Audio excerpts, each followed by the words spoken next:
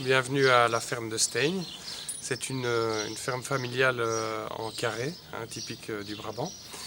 Je suis la troisième génération sur cette ferme-ci. Donc elle a été achetée en 1953 par mon grand-père.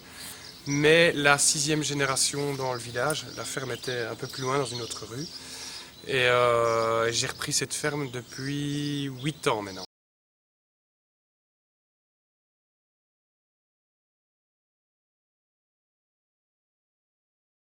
Ce qu'on fait au printemps dans une ferme de culture comme la mienne, où il n'y a pas d'élevage, ça se décompose en deux parties. D'abord, surveiller les cultures qu'on a plantées l'année précédente, comme le colza fin ou début septembre et le froment qu'on a semé à partir du 15 octobre jusqu'au 15 novembre. On s'assure qu'il n'y ait pas trop de concurrence de mauvaises herbes et on lance la végétation en apportant une petite dose d'engrais. Et alors pour la deuxième partie des cultures, c'est ce qu'on va planter ici fin mars, avril. C'est s'assurer que les terres qu'on a labourées ou dans lesquelles on a mis des couverts, moi je suis un adepte de ne plus labourer ou un minimum, et d'y implanter des couverts qui vont rester jusque maintenant. Et il faut détruire ces couverts pour savoir implanter facilement les cultures de printemps. Et les cultures de printemps à venir, ce sera les betteraves, les chicons, le maïs, les pommes de terre et du lin textile.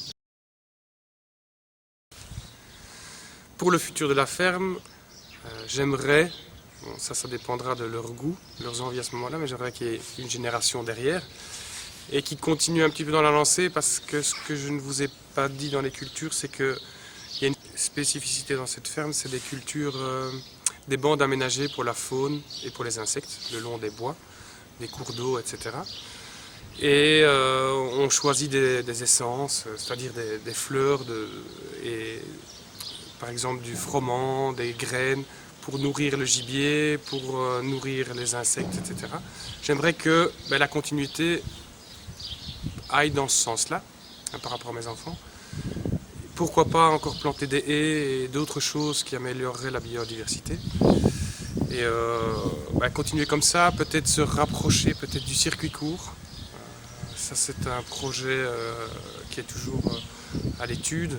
Exemple, des poules pondeuses, mais des poules à lit mobile. Un poule à lit mobile, c'est 200 poules qui courent dans une prairie, et ce genre de choses.